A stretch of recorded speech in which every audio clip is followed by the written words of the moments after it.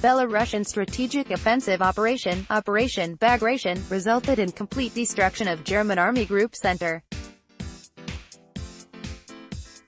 In 2 months the 1,100 km front line moved 600 km west.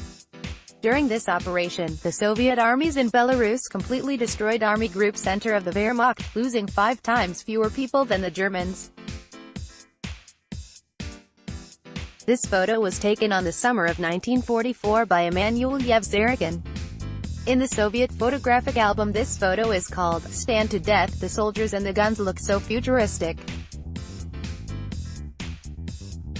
The gun is a D1 howitzer, model 1943. In 1941, for various reasons it was discontinued mass production of 152 mm howitzer model 1938 M10. In 1942, trying to solve the problem of lack of a suitable mobile 152 mm howitzer, the design bureau headed by F. Petrov started to work privately on a new howitzer, based on the carriage of the M30 and the barrel of the M10, which was fitted with a muzzle brake in order to reduce the recoil and thus prevent damage to the lighter carriage. The approach allowed production to begin on the new howitzer almost immediately from the stockpile of parts for both earlier guns. Given the war situation and shortages of artillery, this solution was both elegant and expedient. The State Committee of Defense requested 5 of the new guns to be sent to the testing grounds on the 1st of May.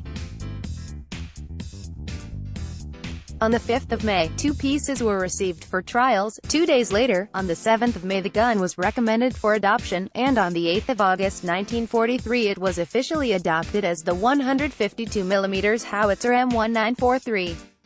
1.5 months later, the first series production D1 howitzers were delivered to the Red Army representatives. The Red Army employed D1 howitzers from 1944 onwards, during the final stages of World War II.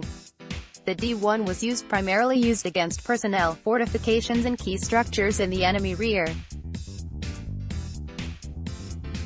The anti-concrete G530 shell was also sometimes used against armored vehicles with good results.